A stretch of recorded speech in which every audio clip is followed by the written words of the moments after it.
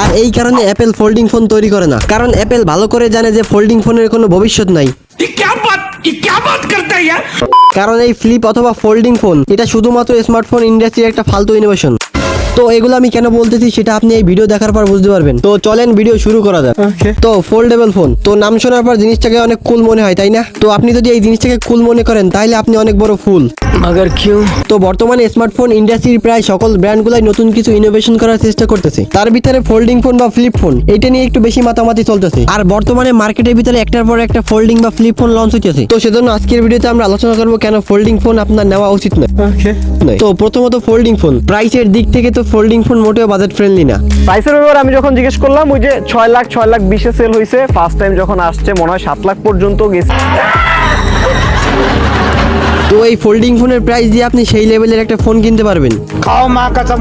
তারপরেও এত দাম দিয়ে ফোল্ডিং ফোন কেনার পরে এই ফোল্ডিং ফোনের ভিতরে এমন কি স্পেশাল ফিচার আছে যেটা সাধারণ ফোনে নাই, শুধুমাত্র ফোল্ডেবল ডিসপ্লে ছাড়া। তারপরে এত টাকা দিয়ে ফোল্ডিং ফোন কেনার পর এর পারফরম্যান্স যদি ভালো না হয়, ক্যামেরা যদি ভালো না হয়, তাহলে তো ভাই কারণ ফোন বানানোর সময় সম্পূর্ণ টাকা তো এরা ডিসপ্লের উপর খরচ করে দেয়, আর তারপরে যে টাকা পয়সা বাইসে যায় সেগুলো দিয়ে লুতুর ফুতুর প্রসেসর এবং মশলাপাতি লাগায়। আর তারপর যদি ভালো পারফরমেন্সের জন্য ভালো প্রসেসর লাগায় তাহলে সেই ফোন কেনার জন্য আপনার কিডনি ব্যথা লাগবে।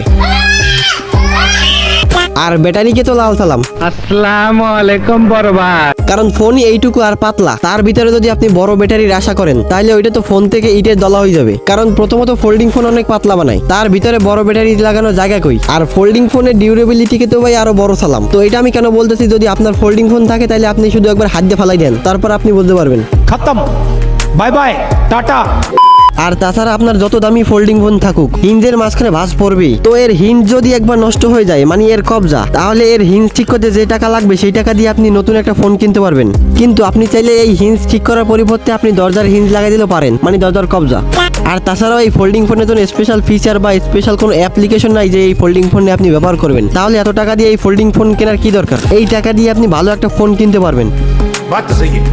তো দেখেন, এই ভিডিওতে আমি একবারও বলি নাই যে ফোল্ডিং ফোন খারাপ, কারণ ফোল্ডিং ফোন একটা ইনোভেশন। আর ইনোভেশন খারাপ হোক বা ভালো হোক, ইনোভেশনের সবসময় সম্মান করা উচিত। কারণ এই ভালো খারাপ ইনোভেশন হতে হতে আজকে টেকনোলজি এই জায়গায়। আর ফোল্ডিং ফোন যে একেবারেই খারাপ সেটা আমি বলি নাই। কিছু কিছু ফোল্ডিং ফোন আছে যেগুলো ফ্ল্যাগশিপ ফোনগুলোর ভালো মতো টক্কর দিতে পারতেছে, আর সেই ফোনগুলোর দামও সেই রকমের। তো এই ফোল্ডিং ফোনের প্রতিযোগিতায় অ্যাপেলও নামতেছে, আর এই অ্যাপেল ফোল্ডিং ফোনের অনেক লিক্স বেরিয়েছে। তো দেখা যাক এবার অ্যাপেলও কি ফোল্ডিং ফোন তৈরি করে কিনা। আর অ্যাপেল যদি ফোল্ডিং ফোন তৈরি করে তাহলে ফোল্ডিং ফোন কিনতে আপনার কিডনি, লিভার, চোখ সব ব্যথা লাগবে। তো ফোল্ডিং ফোনকে আমার লাল সালাম, আর যারা এই ফোল্ডিং ফোন কেনে তাদেরকেও লাল সালাম। তো আজকের ভিডিও এই পর্যন্ত, তো আমি গেলাম। তো আপনারাও যান, কিন্তু সাবস্ক্রাইব করে যান।